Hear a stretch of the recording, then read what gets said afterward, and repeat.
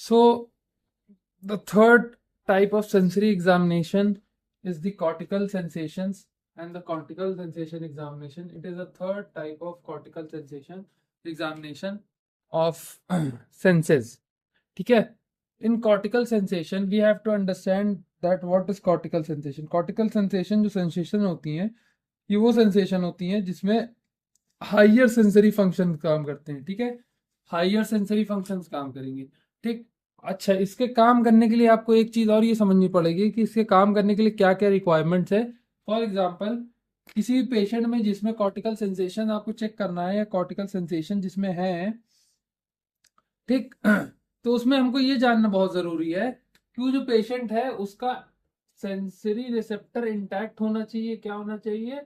Intact sensory receptor होना चाहिए, intact peripheral nerves होना चाहिए, इंटैक्ट स्पाइनल कॉर्ड पाथवे होना चाहिए, इंटैक्ट थैलेमस होना चाहिए और सेंसरी कॉर्टेक्स होना चाहिए. तो कॉर्टिकल सेंसेशन का एक तरीके से पूरा रास्ता जो है, ये रास्ते में रुकावट नहीं आनी चाहिए, तभी आपको कॉर्टिकल सेंसेशन सही से देखने को मिलेगा किसी पेशेंट में. ठीक है, तो पहला तो आप ये समझ गए कि हायर सेंसरी फंक्शन होता है. दूसरा ये समझ गए कि sensory receptor, peripheral nerve, spinal cord pathway, thalamus और सेंसरी कॉर्टेक्स में कोई दिक्कत नहीं आनी चाहिए, तभी कॉर्टिकल सेंसेशन सही से काम करेगा. ठीक है, कॉर्टिकल सेंसेस सही से काम करेंगी. अच्छा, इसका क्लिनिकल इंटरप्रिटेशन क्या है? क्लिनिकली हम लोग को कहाँ का देखने को मिलता है? पहला हम लोग को ये देखने को मिलेगा पैराइटल लोब के लीजन में. जिन पेशेंट में पैराइटल लोब का लीजन है, ठीक है, इस पैराइटल लोब में जब भी मसला आएगा तो आपको ये देखने को मिलेगा कि उस पेशेंट में इम्पेयर्ड प्रोप्रियोसेप्शन हो जाएगा. ठीक है, पैराइटल लोब के लीजन में पेशेंट को क्या हो जाएगा? इम्पेयर्ड प्रोप्रियोसेप्शन हो जाएगा. ठीक है. सेकंड की अगर हम बात करें कॉर्टिकल स्ट्रोक की, हम लोग नॉर्मल स्ट्रोक जानते हैं. कॉर्टिकल स्ट्रोक क्या होता है? वो स्ट्रोक जिसमें सेरिब्रल कॉर्टेक्स इफेक्ट हो. क्या इफेक्ट हो? सेरिब्रल कॉर्टेक्स इफेक्ट हो, उसे हम क्या कह देंगे? कॉर्टिकल स्ट्रोक कहेंगे. ठीक है. अब थर्ड पे आते हैं कॉर्टिकल ट्यूमर्स. कॉर्टिकल ट्यूमर वो ट्यूमर होंगे, वो ब्रेन ट्यूमर्स होंगे जिनमें जो सेंसरी कॉर्टेक्स को जल्दी खराब कर देंगे. ठीक है, कॉर्टिकल ट्यूमर्स वो ट्यूमर्स होते हैं जो सेंसरी कॉर्टेक्स का ज्यादा इन्वॉल्वमेंट होता है और ये सेंसरी एरियाज को ज्यादा जल्दी खराब करते हैं. ठीक. तो इन पेशेंटों में भी आपको जो है कॉर्टिकल सेंसेशन लॉस देखने को मिलेगी. फोर्थ डिजीज की बात करें तो फोर्थ डिजीज में हमारे पास है sensory cortex damage. Sensory cortex damage कोई भी वजह से हो सकता है. ये हो सकता है ट्रॉमा के वजह से, इंजरी के वजह से या और कोई कंडीशन के वजह से हमको ये चीज सेंसरी कॉर्टेक्स हमारा डैमेज हो सकता है. ठीक है, इतनी बात समझ गए. अब हम इसके बाद नेक्स्ट मूव ऑन करेंगे.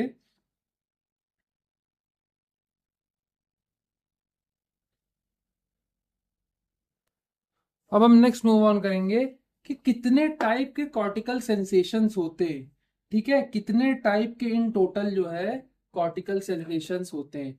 तो हम लोग को टोटल ये समझना चाहिए कि ये जो होते हैं ये 6 टाइप्स के होते हैं. ठीक है, कॉर्टिकल सेंसेशन 6 टाइप्स के होते हैं और ये सेंसेशंस बहुत हायर फंक्शन सेंसेशंस होती है. और जो मोस्टली ये होता है, एक आप ऐसा समझिए, बहुत फाइन मूवमेंट और बहुत डिफाइंड चीजों के लिए होता है. समझ रहे हैं आप? तो ये 6 तरीके के होते हैं जिनमें से पहला जो होता है उसका नाम होता है स्टीरियोग्नोसिस. स्टीरियोग्नोसिस. ठीक है, पहला जो है वो स्टीरियोग्नोसिस होता है. ठीक है, स्टीरियोग्नोसिस के बारे में हम थोड़ा सा डेफिनेशन जान सकते हैं. ठीक है, स्टीरियोग्नोसिस जो होता है ये वो टाइप पे होता है जब पेशेंट को आप कोई फेमिलियर ऑब्जेक्ट थमा के, क्या करके, फेमिलियर ऑब्जेक्ट बोले कि फेमिलियर ऑब्जेक्ट पकड़े और उसकी आईज क्लोज करें, उसको पता नहीं हो कि वो क्या ऑब्जेक्ट पकड़े है, उसकी आईज क्लोज करने के बाद उसको फेमिलियर ऑब्जेक्ट अगर आप पकड़ाएं और अगर वो आइडेंटिफाई कर पा रहा है उस ऑब्जेक्ट को आंख बंद करने के बाद भी। तो इसको हम क्या कहेंगे, स्टीरियोग्नोसिस कहेंगे। ठीक है, फॉर एग्जाम्पल क्या ऑब्जेक्ट थमा सकते हैं आप, एक पेन थमा सकते हैं, ठीक है, कॉइन थमा सकते हैं, कीज थमा सकते हैं, और भी बहुत से चीजें थमा सकते हैं। ठीक, अगर पेशेंट में यही चीज लॉस हो जाती है, स्टीरियोग्नोसिस नहीं कर पा रहा है पेशेंट सही से, तो उसको अपोजिट को क्या कहेंगे, ए स्टीरियोग्नोसिस। ठीक है, उसी के अपोजिट टर्म क्या हो जाएगा, ए स्टीरियोग्नोसिस। ठीक, उसका अपोजिट हो जाएगा ए स्टीरियोग्नोसिस। ये उन पेशेंट में देखने को मिलेगा आपको जिन पेशेंट में पैराइटल लोब में लीजन होगा, ठीक है, और कॉर्टिकल स्ट्रोक में देखने को मिलेगा। ठीक, कॉर्टिकल स्ट्रोक में देखने को मिलेगा। इतनी बात आप लोगों के समझ में आए कि नहीं आए। ठीक, अब डिफ्रेंसिएशन कैसे कर सकते हैं उन पेशेंटों में कि स्टीरियोग्नोसिस प्रेजेंट है कि एब्सेंट है। फॉर एग्जाम्पल कुछ पेशेंट आएंगे, आपने उनकी आंख बंद कराई, आपने उनको कॉइन दिया, आपको पता है कॉइन है, पेशेंट की आईज जो है वो क्लोज्ड है। ठीक है, पेशेंट की आईज क्लोज्ड है, आपने उसको कॉइन दिया। कॉइन देने के बाद कभी कभी पेशेंट ये बोलेगा कि कुछ राउंड शेप का और मेटल टाइप का तो है, पर वो ये नहीं बता पाएगा कि वो कॉइन है। क्या है, कॉइन है।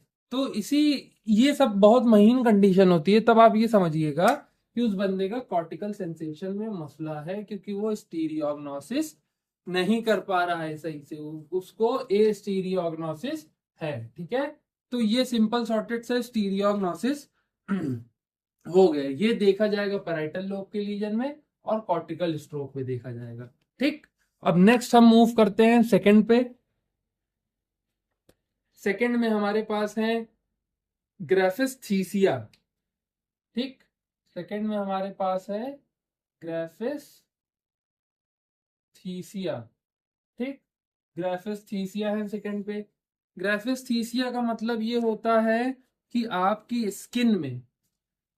स्किन में हमने कोई नंबर बनाया, नंबर या अल्फाबेट या ड्राइंग, ठीक है, या ड्राइंग बनाई, तो उसको आइडेंटिफाई करने को क्या कहेंगे, ग्राफिस्थीसिया कहेंगे। स्किन पे आपके नंबर, अल्फाबेट या कोई भी ऐसी ड्राइंग बनाने को ग्राफिस्थीसिया कहेंगे। जैसे आपने किसी पेशेंट की आंख बंद कराई, आईज क्लोज कराई, और उस हाथ पे, उसके मतलब फोर आर्म पे या कहीं पे भी नंबर लिखा, 5 6 कुछ भी लिखा, तो वो पेशेंट को हम क्या टेस्ट कर रहे हैं, ग्राफिस्थीसिया टेस्ट कर रहे हैं। ठीक है, अगर पेशेंट में एबनॉर्मेलिटी आएगी तो हम क्या कहेंगे उस कंडीशन को, ए ग्राफिस्थीसिया। क्या कहेंगे, ए ग्राफिस्थीसिया कहेंगे उस कंडीशन को। और ये भी मोस्टली पैराइटल लोब के लीजन में देखा जाएगा और कॉर्टिकल स्ट्रोक में देखा जाएगा। ठीक, दो कंडीशन जिनमें देखा जाएगा ए ग्राफिस्थीसिया, वो क्या क्या है, पैराइटल लोब का लीजन और कॉर्टिकल स्ट्रोक। अब हम थर्ड पे मूव करते हैं। थर्ड हमारे पास जो है वो क्या है, उसका नाम है कॉर्टिकल सेंसेशन। थर्ड टाइप की सेंसेशन है, इसी में थर्ड वाला क्या है, 2 point discrimination. 2 point discrimination, 2 point में डिस्क्रिमिनेशन। इसका ये मतलब होता है कि अगर आपने एक के बाद एक पॉइंट रखा किसी के बॉडी पे, या आपने कोई इक्विपमेंट लिया जैसे कि कैलिपर हो गया या एस्थेसियोमीटर हो गया, और आपने 2 पॉइंट रखे और आपने उससे बोला कि तुम्हारे हाथ पे कितने पॉइंट रखे हैं, ये टेस्ट भी आई क्लोज करवा के कराएंगे, और एक वो लिया जाएगा, एक तरह से एक नॉर्मल वैल्यू ली जाएगी। 2 पॉइंट डिस्क्रिमिनेशन का मतलब दो दो पॉइंट में डिस्क्रिमिनेशन क्या है, मतलब फर्क कितना है, क्या है। ठीक है, ठीक, ये अब आपने पेशेंट की आईज क्लोज कराई, ठीक, पेशेंट से कहा भैया आइज क्लोज कर लो। आइज क्लोज करने के बाद आपने क्या कहा, आपने एक जगह हाथ पे कुछ रखा और एक जगह उसके हाथ पे कुछ रखा। ठीक है, फॉर एग्जाम्पल ये उसका हाथ है, ठीक, ये उसका हाथ है, एक जगह आपने यहाँ पे कुछ रखा है, एक जगह यहाँ पे कुछ रखा है। ठीक, अब आपने उससे पूछा कि ये एक पॉइंट है या दो है। पहला सवाल क्या पूछा, ये एक है या दो पॉइंट बनाए हैं। अगर उसने दो कहा तो ठीक है, पर अगर उसने एक कहा तो भी उसकी दिक्कत है। पर अगर उसने दो कहा, जो कि ठीक चीज है, ठीक, तो आप उससे पूछेंगे कि ये बताओ मेन मेन जो है कि इन दोनों के बीच में गैप कितने का हो सकता है, एक अंदाजन गैप क्या हो सकता है, हमको कुछ बताओ। तो अगर वो सही से गैप बता पा रहा है, एक लमसम भी बता दे रहा है, 1 फिंगर का गैप है, 2 फिंगर का, इन दोनों के बीच में जो 1 फिंगर का गैप है, 2 फिंगर का गैप है, अगर वो थोड़ा सा रफली अबाउट भी बता दे रहा है तो वो ठीक है। ठीक, पर अगर वो नहीं बता पा रहा है तो उसको 2 पॉइंट डिस्क्रिमिनेशन टेस्ट वो फेल कर रहा है। ठीक, ये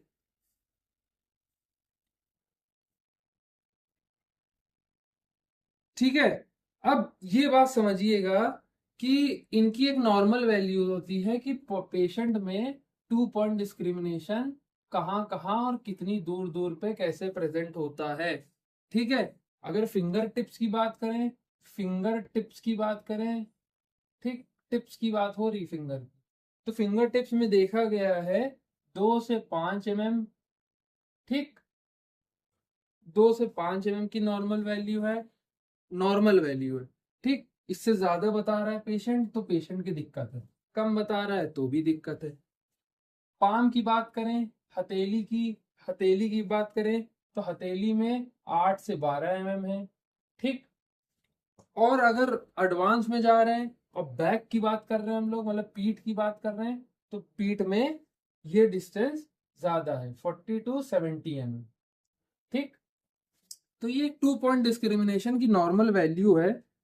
इसमें जो है बेसिकली 2 पॉइंट को रख के ये पूछा जाता है कि ये 2 पॉइंट में क्या कितना डिफरेंस तुमको पता चल रहा है, कितनी कितनी दूर पे है। ये पहली बात तो ये बताओ कि एक पॉइंट है कि 2 पॉइंट है। पर अगर दोनों पॉइंट बता रहा है तो दोनों पॉइंट में आपको नापना बहुत जरूरी है। ठीक है, नापने के लिए जो नॉर्मल वैल्यूज हैं वो ये दी गई हैं। ये नापने का तरीका है एक तरह से कि फिंगर टिप्स में अगर आपने रखा है और अगर वो ये बता रहा है, इसके अंडर रेंज बता रहा है 2 से 5 mm, तो ठीक है। पाम में 8 से 12 mm, ठीक है।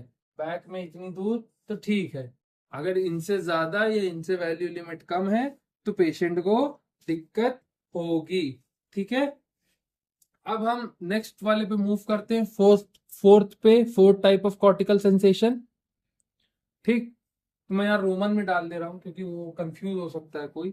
ठीक, तो फोर्थ पॉइंट है हमारा जिसका नाम है पॉइंट लोकलाइजेशन। ठीक है, पॉइंट लोकलाइजेशन, ये वो जगह बताना कि एग्जैक्टली टच कहाँ पे गया है, एग्जैक्टली टच कहाँ किया है, उसको बताने को पॉइंट लोकलाइजेशन कह देंगे कि मैंने टच कहाँ किया है। ठीक, ये सिंपल सा पॉइंट लोकलाइजेशन समझ लीजिए। सेम वही कंडीशन होगी जो कॉर्टिकल सेंसेशन है, पेशेंट को कंडीशन जिनकी वजह से दिक्कत ऑल्टरेशन की वजह से, तो मैंने इससे पहले वाला भी जो बताया आपको, थर्ड वाला 2 पॉइंट डिस्क्रिमिनेशन, उसमें भी वही सब बीमारी में दिक्कत आएगी 2 पॉइंट डिस्क्रिमिनेशन में, और पॉइंट लोकलाइजेशन में वही सब बीमारी में दिक्कत आएगी। ठीक है, तो पॉइंट डिस्क्रिमिनेशन का सिंपल सॉर्टेड यही है कि एग्जैक्टली टच कहाँ कर रहे हो तुम। अगर ऊपर कर रहे हो, मतलब अगर ये मैंने टच किया तो नकल के पास किया कि और मिड ऑफ द हैंड में किया, ठीक, या रिस्ट के पास किया, तो एग्जैक्ट लोकेशन बताने को पॉइंट लोकलाइजेशन कहेंगे। फिफ्थ टाइप पे आते हैं, तो इसका नाम है डबल साइमल्टेनियस स्टिमुलेशन। ठीक, डबल साइमल्टेनियस स्टिमुलेशन, ठीक, डीएसएस भी कहते हैं इसको। और ये बेसिकली जो है फॉर एग्जाम्पल ये बेस डबल डबल से समझिए आपके बॉडी के दो हिस्से में, ठीक है, एक राइट हैंड हो गया फॉर एग्जाम्पल, एक लेफ्ट हैंड हो गया। तो दो हिस्से में साइमल्टेनियसली, साइमल्टेनियसली मतलब साथ में, दो हिस्से में साथ में कोई स्टिमुलेशन दे रहे हैं, तो उसको अगर पेशेंट आइडेंटिफाई कर पा रहा है, उसी के आइडेंटिफिकेशन को क्या कह दिया जाएगा, डीएसएस कह दिया जाएगा। क्या कह दिया जाएगा, डबल साइमल्टेनियस स्टिमुलेशन। लेफ्ट और राइट हैंड को साथ में टच करने पे पेशेंट अगर आइडेंटिफाई कर ले रहा है तो उसी को क्या कह दिया जाएगा, डबल साइमल्टेनियस स्टिमुलेशन। ठीक है। अगर कोई अब नॉर्मल आता है, अब नॉर्मेलिटी यही आ सकती है कि पेशेंट ये बोलेगा कि सर आपने जो है मुझे लेफ्ट हैंड पे छुआ है, राइट पे नहीं छुआ, ऐसे करके बोल सकता है। ये बोलेगा सर सिर्फ आपने लेफ्ट में छुआ है, राइट में नहीं छुआ। तो ये एबनॉर्मल कंडीशन आ जाएगी, और ये मोस्टली उन पेशेंट में देखने को मिलती है जिनको पैराइटल लोब लीजन होता है। ठीक है। ये 5 तरीके आप समझ गए हैं। लास्ट छठा तरीका है, मैंने आपको कहा था कॉर्टिकल सेंसेशन नापने के लिए छह तरीके हैं, या एक तरह से 6 पॉइंट्स है, 6 गाइडलाइंस है, या 6 टाइप्स हैं, कुछ भी इसको समझ लीजिए। ठीक। तो 6 जो है उसका नाम है सेंसरी एक्सटिंक्शन। एक्सटिंक्शन का मतलब खत्म हो जाना, सेंसरी मतलब हमारे सेंसेस। ठीक है।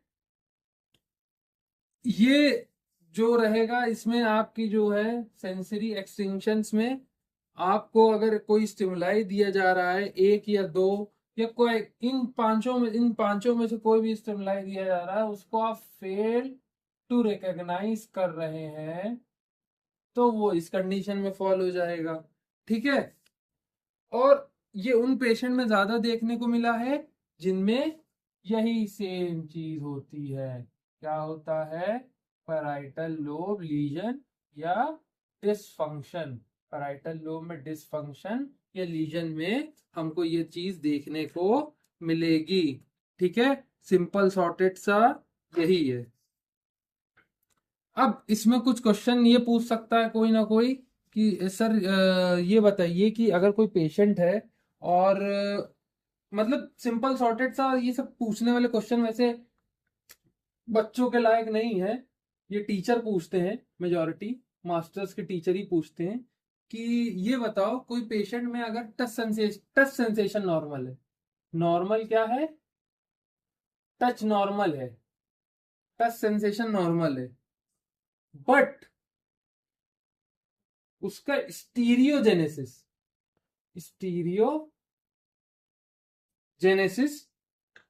एबनॉर्मल है। क्या है, एबनॉर्मल है। तो ये क्या पॉसिबल हो सकता है कि नहीं हो सकता है? ठीक। ये पॉसिबल हो सकता है कि नहीं हो सकता। तो इसका सिंपल सा जवाब है कि किसी में अगर नॉर्मल टच है, क्योंकि स्टीरियोजेनेसिस क्या बताता है हमको, स्टीरियोजेनेसिस ये बताता है कि आप किसी ऑब्जेक्ट को आंख बंद करके पहचान पा रहे हैं कि नहीं पहचान पा रहे, इसी को तो स्टीरियोजेनेसिस कहा गया है। ठीक है। तो अगर आप में टच नॉर्मल है पर स्टीरियोजेनेसिस एबनॉर्मल है, तो ये पूछा गया है क्या ये कंडीशन हो सकती है किसी में, क्योंकि दोनों तो एक ही सिक्के के दो पहलू हो गए ना। ठीक है। कि नॉर्मल टच तो नॉर्मल है, छू रहे हैं तो तुमको पता चल रहा है कि हाँ हम छू रहे हैं, पर तुम एबनॉर्मेलिटी क्या कर रहे हो, उसको आइडेंटिफाई करने में एबनॉर्मेलिटी कर रहे हो। तो क्या ये पॉसिबल हो सकता है? हाँ, ये पॉसिबल हो सकता है। इसका जवाब यही है कि ये पॉसिबल हो सकता है। क्यों पॉसिबल हो सकता है? क्योंकि टच वाली सेंसेशन हम लोग ने किसमें पढ़ी थी, सेंसरी पाथवे वाले में पढ़ी थी। ठीक है, जिसमें सेंसरी पाथवे का इन्वॉल्वमेंट था। ठीक।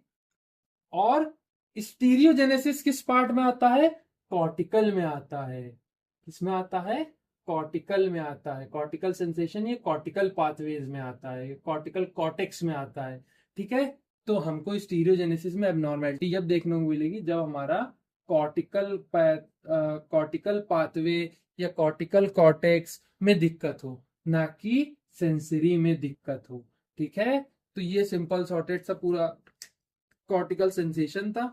इन टोटल कॉर्टिकल सेंसेशन में मैंने 6 चीज पढ़ाई है: stereognosis, graphesthesia, 2 point discrimination, point localisation, double simultaneous stimulation और सेंसरी एक्सटिंक्शन। ठीक है, और ये सिंपल सॉर्टेड से इसका क्वेश्चन था कि अगर आपका टच नॉर्मल रहेगा, आपकी बॉडी में टच आप फील कर पा रहे हैं, पर स्टीरियोजेनेसिस आप नहीं कर पा रहे हैं, आपके हाथ में पेन दिया जा रहा है तो आप नहीं पहचान पा रहे, पर आपको ये पता मेरे हाथ में कुछ ना कुछ है, तो क्या ये दोनों चीज एक साथ रिलेटेड हो सकती है कि किसी पेशेंट में टच भी जाए और स्टीरियोजेनेसिस भी जाए, या टच रह जाए और स्टीरियोजेनेसिस ना हो पाए, ए स्टीरियोजेनेसिस की कंडीशन बन जाए?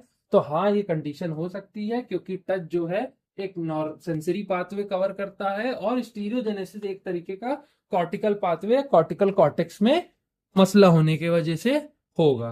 तो ये था sensory examination of the cortical sensation. ठीक है,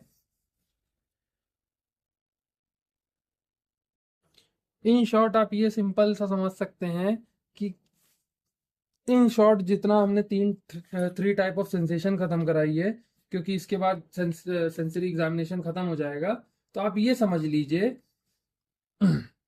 कि जब भी हमने 3 तरह की सेंसेशन पढ़ी है। पहली पढ़ी है सुपरफिशियल, ठीक है, पहली पढ़ी है सुपरफिशियल। तो सुपरफिशियल सेंसेशन ये समझ जाइए कि सुपरफिशियल जितनी सेंसेशन होगी, ये पाथवे टेस्ट करेंगी, ये रास्ता देखेंगी, ये रास्ता टेस्ट करेंगी कि रास्ता ठीक है कि नहीं है। ठीक, डीप की बात करें तो डीप क्या टेस्ट करेगी? आप किस पोजीशन में है, पोजीशन या अवेयरनेस, पोजीशन या अवेयरनेस टेस्ट करती है, अवेयरनेस बताती है हमको। ठीक है, डीप सेंसेशन। जहां तक कॉर्टिकल की बात है, कॉर्टिकल सेंसेशन हमको क्या बताएगी? कॉर्टिकल सेंसेशन हमको ये बताएगी कि आपको जो ये सब चीजें मिल रही हैं, इसको ब्रेन आपका समझ भी पा रहा है कि नहीं, ब्रेन अंडरस्टैंड और नॉट। ठीक, तो ये क्वेश्चन आप लोग, मतलब आपका ये तरीका हो सकता है कि ध्यान में रखने का कि सुपरफिशियल सेंसेशन जो है वो हमेशा पाथवे को टेस्ट करेंगी। पाथवे में क्या मसला, अगर आया है कुछ तो आया है, नहीं आया तो नहीं आया, ये हमको पता चलेगा। ठीक है, डीप सेंसेशन जो है पोजीशन और अवेयरनेस बताएंगी कि भैया अगर इस पोजीशन में है तो इस पोजीशन के बारे में तुमको पता है कि नहीं पता है, तुम अवेयर हो कि नहीं हो। ठीक है, कॉर्टिकल की बात करें तो कॉर्टिकल हमको ये समझाएगी कि ये जो पोजीशन या अवेयरनेस या पाथवे जो हम लोग देख रहे हैं, टच जो फील कर रहे हैं, इसको हमारा दिमाग समझ भी पा रहा है कि नहीं पा रहा है। अगर हमने तुमको टच किया, तो हमने तुमको अगर पेन से टच किया, तुमको पता चलना चाहिए कि तुमको पेन से टच किया, ना कि तुमको ये पता चलना चाहिए कि हमने उंगली से टच किया। ठीक है, तो ये जानना बहुत ज्यादा जरूरी है। ठीक है, तो तीनों एक तरह से इंपॉर्टेंट है। और नेक्स्ट क्लास में हम स्टार्ट करेंगे कोऑर्डिनेशन। ठीक है, सेंसरी हमारा हो गया, मोटर हमारा हो गया, रिफ्लेक्सेस हो गए। अब हम नेक्स्ट स्टार्ट करेंगे कोऑर्डिनेशन के एग्जामिनेशन। ठीक है, कोऑर्डिनेशन के यही कुछ 7 8 8 9 एग्जामिनेशन है, तो अब से ये स्टार्ट, नेक्स्ट क्लास से ये स्टार्ट करेंगे।